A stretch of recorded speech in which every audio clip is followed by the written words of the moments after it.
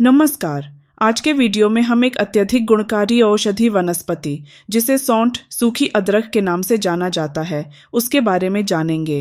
सौंठ हमारे घरों में आसानी से उपलब्ध होती है और सस्ती भी है, लेकिन इसके गुण अत्यधिक प्रभावशाली हैं। इसके अनेक फायदे हैं, लेकिन इन्हें पूरी तरह से प्राप्त करने के लिए सौंठ के गुणधर्म, इसका सही उपयोग, सेवन की विधि, मात्रा और समय के बारे में जानकारी होना आवश्यक है।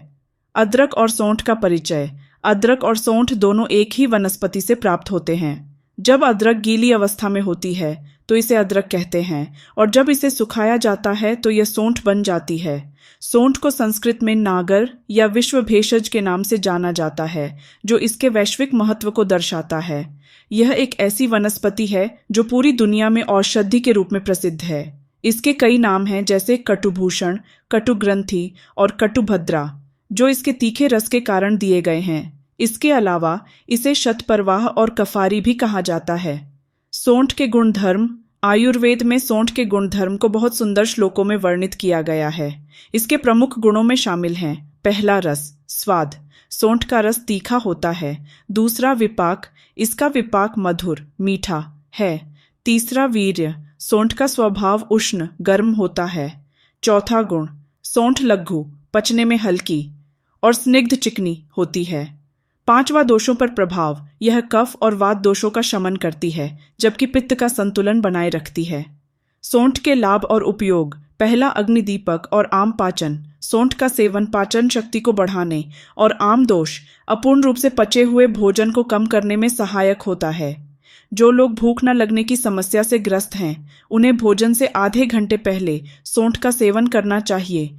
एक छोटा अदरक का टुकड़ा सेंधा नमक के साथ खाने से भूख बढ़ाने में मदद मिलती है। दूसरा, वात अनुलोमक। पेट में गैस या सूजन की समस्या से पीड़ित लोग सौंठ का सेवन कर सकते हैं। सौंठ वात की प्राकृत गति को बनाए रखती है और गैस के कारण होने वाले दर्द को कम करती है।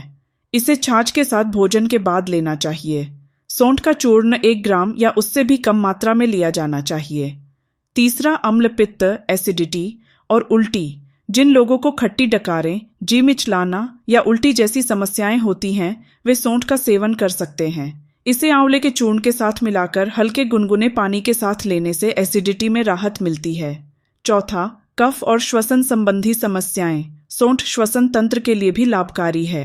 यदि किसी को सर्दी, खांसी, बलगम या अस्थमा जैसी समस्याएं हों तो सौंठ का काढ़ा दालचीनी और मिश्री के साथ सुबह सुबह सेवन करना चाहिए। इसके अलावा सौंठ और शहद को मिलाकर लेने से भी खांसी और बलगम में राहत मिलती है। पांचवा, सिर दर्द और मांसपेशियों का दर्द। जिन लोगों को सिर दर्द या भारीपन की समस्या है, वे सौंठ का लेप सिर पर लगा सकते हैं। इसके लिए सौंठ के चूर्ण को पानी में पकाकर लेप तैयार करें और इसे गर्म अवस्था में सिर पर लगाएं। इसी प्रकार जोड़ों के दर्द और सूजन में भी सौंठ का प्रयोग लाभकारी होता है। सौंठ का तेल में पकाया हुआ लेप सूजन और दर्द को कम करने में मदद करता है। छठा, बुखार और शीत पित्त। सौंठ का सेवन शीतपूर्वक ज्वर, ठंडी लगकर आने वाला बुखार में भी किया जा सकता है। यह न केवल बुखार को कम करता है, बल्कि रोगी की शारीरिक बल और पाचन शक्ति को भी सुधारता है। साथ ही शीत पित्त, पित्त दोष से उत्पन्न त्वचा रोग में भी सौंठ का सेवन लाभकारी होता है। सैद्वावाजीकरण और प्रसूति के बाद सौंठ को पुरुषों में शुक्र धातु बढ़ाने के लिए उपयोगी माना जाता है। यह महिलाओं में प्रसूति के बाद वायु दोष को नियंत्रित करने में भी सहायक होती है। सौंठ, सेब और अनार से बने सौभाग्य सुंठी पाक का सेवन करने से महिलाओं को लाभ मिलता है। सौंठ का परहेज। हालांकि सौंठ के अनेक लाभ हैं, लेकिन कुछ स्थितियों में इसका सेवन नहीं करना चाहिए। पित्त बढ़ने के कारण बुखार। यदि किसी को पित्त दोष से बुखार है तो सौंठ का सेवन न करें।